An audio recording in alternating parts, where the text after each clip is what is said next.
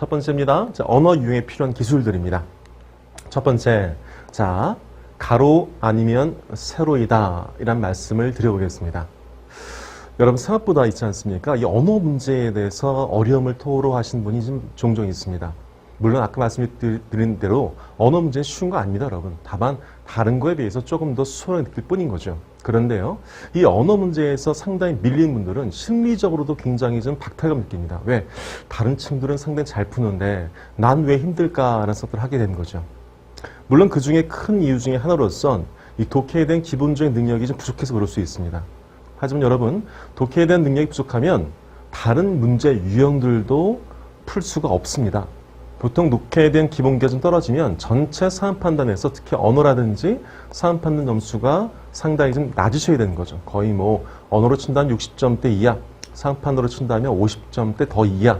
이런 분들이 보통 언어적인 능력이 아예 없으시거나 좀 모자라신 분들이시죠. 근데 보통 그렇지 않죠. 점수 몇 급 나오는데 이제 언어 문제 약하신 분들, 이분들은 뭐냐?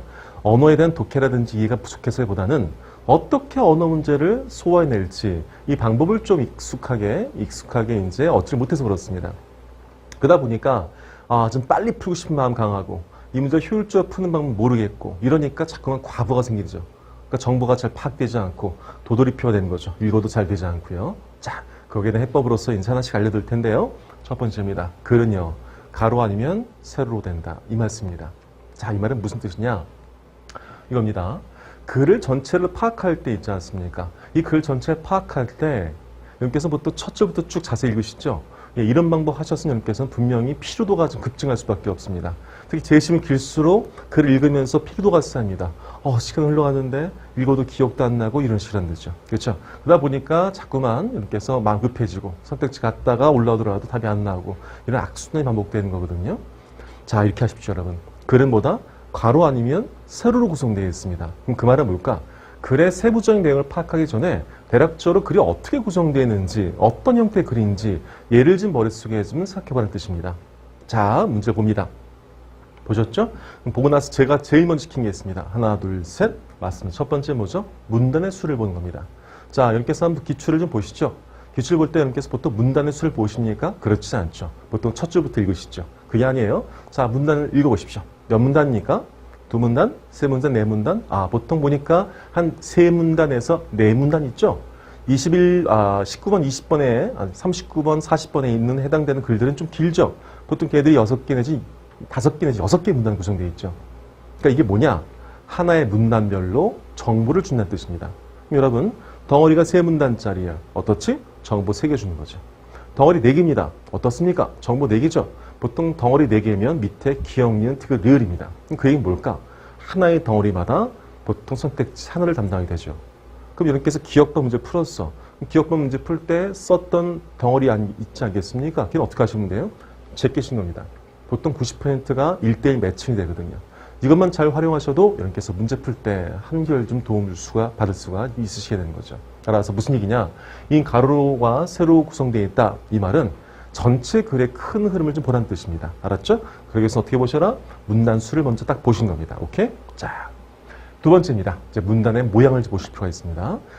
문단이야 뭐 똑같이 생겼지 뭐, 그렇죠? 한 문단, 두 문단 이런 식으로요. 하지만 그 문단의 짜임새 보게 되면 대략적으로 봤을 땐 두 가지 문제를 볼 수 있습니다. 수렴형과 바로 병렬형입니다. 이렇게 바로 세로와 바로 가로로 정리할 수 있죠. 이 세로의 구성은 뭐냐면 큰 줄기부터 시작한다는 뜻입니다. 큰 줄기를 보고 그 줄기에서 다시 세부적 내용, 세부적 내용, 세부적 내용 이렇게 해요. 그러다 보니까 여기서 일반 구체죠. 앞으로 이런 말씀 종종 쓸 텐데요. 일구라고 생각하십시오. 일구요. 일반화된 내용을 구체화시키거나 구체화된 것을 일반화시키거나 이것이 바로 뭐냐면 전형적으로 글 쓰는 하나의 방법인 바로 일구형입니다. 일반적 사람 주고 나선 여러분 이런 거 많이 보셨죠? 일반적 얘기 쓰고 나선 밑에서 뭘 줘요? 사례 든 거 있지 않습니까? 이게 바로 일구형 문제가 되는 겁니다. 그렇죠? 일구형 문제로서 볼 수 있겠죠? 자, 두 번째입니다. 이 디렉토리 역시 수렴형인데요.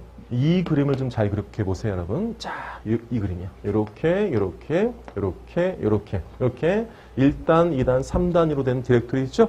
자, 이것은 상판대에서 상당히 자주 나온 패턴입니다. 어떤 대상이 있어. 그 대상은 A와 B로 나눠지는데 근데 그 A 역시 스몰 a 다시와 스몰 a2 다시 나눠지는데 이런 패턴의 글이 바로 뭘까요? 디렉토리형 문제가 되는 겁니다. 이렇게 1층, 2층, 3층이 있죠? 여기서 4층까지 가는 것은 좀 드뭅니다. 왜 그럴까요? 자, 우리는요, 시험지에 한계가 제한이 있죠. 평가자들은 문제 낼 때요, 시험지 보통 한 바닥에 두 문제를 내는 거 아니겠습니까? 그런데 디렉토리를 1층, 2층, 3층, 4층에다 그러면 재심 길이가 상당히 길어집니다. 그래서 보통은 몇 층이요? 이렇게 3층으로 구성되는 것이 일반적이다라는 말씀드릴 수 있겠죠. 그럼 뭐냐? 글을 처음 읽을 때 세부적인 독해라? 그게 아니라는 뜻이죠. 글을 첫 번째는 읽으시면서 중요한 내용 위주로서 보시면서 그러면서 글이 수렴형이야 병렬형이야 대략적으로 요 4개 정도로서 좀 정리를 해보신 겁니다. 그래버리면 글을 딱 읽고 나서 여러분께 반응이 빨라집니다. 왜요? 딱 보는 순간 딱 보니까 디렉토리야. 그럼 어떻게 쓰면 될까요? 그림을 그려가면서 문제를 푸시면 되겠죠. 이렇게. 그렇죠? 네, 이렇게 정리해 볼 수 있게 된 겁니다. 그래서 이렇게 정리해봤고요. 병렬형은 뭐냐면 이겁니다. 자, 수렴형이라는 것은 그래서 이제 하나의 주제군을 가지고 걔를 구체한다든지 아니면요, 아까 말씀드렸듯이 세부적 나눈다든지 이런 거라면 병렬형은요, 요겁니다. A 얘기입니다. B 얘기예요. C 얘기합니다. 이런 게 바로 병렬형 문제 되는 거예요. 대표적인 것이 첫 번째가 바로 대립유형인데요. 이 대립유형 익혀줍니다. 예컨대 A 방법과 B 방법이 있어. 이렇게 됐죠? A 방법과 B 방법이 있어. 근데 보니까 둘 사이에 뭐예요? 둘 사이에는 공통점이 있고 둘 사이에는 뭐가 있어요? 차이점이 있다는 겁니다. 차이점이 1, 차이점 2, 차이점 3이 있어. 이렇게 가는 게 바로 뭘까요? 요게 바로 대립형 유형이에요. 주인공 둘을 주고 나서 그 둘 사이에서 비교점들을 자꾸 말하면서 글을 연결시키는 것. 그렇죠? 이런 게 바로 병렬형 구조다라고 정의를 해볼 수 있게 된 겁니다. 두 번째요. 목차 유형. 이거 뭘까? 여러분께서 보세요. 한번 이게 무슨 말인지 어려워 보이시겠지만 많이 보셨던 문제입니다. 예컨대 이렇게 나오죠. 어떤 제도가 있어. 그 제도는 언제부터? 조선시대부터 있었지. 이런 식으로요. 그렇죠? 그럼 누가 할 수 있었지? 뭐 어떤 사람 누구든지 할 수 있었지. 어떤 방법으로서 이렇게 했었지. 자, 이것들이 뭘까요? 자, 조선이 나왔습니다. 그게 뭘까요? 아니에요. 연역이죠, 연역이요. 그렇죠? 누구는 무슨 문제일까요? 주체 문제인 거죠. 그렇죠? 수단은요, 얘는 절차 문제겠죠.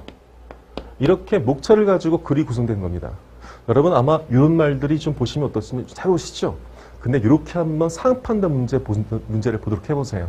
특히 역사적인 관련된 사안을 가지고 난 문제들이 있죠. 그렇죠? 예컨대 보니까 뭐 상고놀이, 그렇죠? 옛날에 뭐 무예 기술 그 문제도 있었고, 두 번째는요, 신문고 문제도 있었고요. 대부분 보시면이 보통 연역 나오고요. 그렇죠? 연역 나오고 어떻게 했는지 절차 얘기 나오고요. 수단 얘기 나오고요. 이것들이 구성되는 겁니다. 됐죠? 그럼 무슨 뜻이냐? 중요한 건 여러분, 수렴형이냐, 병렬형이냐, 1, 2 중에서 뭐냐를 구분하라는 뜻이 아니고요. 글을 딱 본 순간 여기서 글을 큼직큼직하게 나누어줄 수 있는 힘을 주시면 된다는 뜻입니다. 그게 필요해요, 여러분. 그러니까 글을 보시면서 굳이 연역이다, 주체다, 뭐 그런 말을 뚝뚝 끄집어내시면 좋겠지만 그게 아니셔도 서로 다른 소재들이 지금 문제 구성되어 있군. 이게 보여도 한결 문제 풀 때 수월합니다. 왜 문제가 힘들까요? 이렇게 보여서 그래요. 이렇게. 어떻습니까? 동일한 뭔가 단어들이 연결되는 것 같습니다. 답답하죠? 근데 많이 있지 않습니까? 어떤 사람은 같은 제시문인데 이렇게 보지 않고요. 요렇게 보고요. 요렇게 보고요. 요렇게 보고요. 요렇게 본다. 만약 이렇게 보인다면 어떻습니까? 맞아요. 한결 더 문제 풀기가 수월해지겠죠. 누구는 통으로 문제 풀고요. 누구는 나눠서 문제 풉니다. 당연히 이쪽이 수월할 수 있겠네요, 여러분. 그렇죠? 제일 첫 번째입니다. 뭘 보시라고요? 네, 맞습니다. 문단 나누시라고요. 문단별로 보통 뭐라고요? 네, 소재들이 연결될 겁니다. 따라서 문단을 나누십시오라고 말씀드렸고요. 그럼 문제를 보시면 제시문 읽으시면서 처음부터 너무 자세하게 독해한다? 아니요. 자세하게 독해하는 것이 아니고 글을 읽어가시면서 어디를 봐야 될지 포인트를 잡기 위해서 읽으면서 병렬이구나, 수렴이구나 이렇게 나눠보시고 그렇죠? 그러면서 수렴이라면 어떤 모습일까? 디렉토리인가? 이렇게 정리해 보신다든지 그렇죠? 이렇게 해보시면 한결 글이 좀 쉽게 확제될 수 있습니다. 이 과정을 여러분께서 반드시 경험하시면 좋겠다 말씀을 드려보겠습니다. 그래서 다시 한번요 말씀드렸죠? 글은 어떻게 해요? 가로 아니면 세로다 말씀드렸어요. 그래서 가로란 말은 대립적 구조, 그렇죠? 연역이라든지 수단이라든지 이거 나온 것들 바로 목차 유형, 수렴형이라면 1구형이라든지 디렉토리 유형. 그래서 뭐냐면 위부터 밑에까지 쭉 글들 흘러가는 유형이다. 이렇게 정리를 해보신다면 한결 더 글을 처음 대하시는 게 좀 약간 그 낯섦이 좀 가실 수 있다는 말씀 드려보겠습니다. 자, 이제 실전 문제를 풀면서 좀 정리를 해볼까요?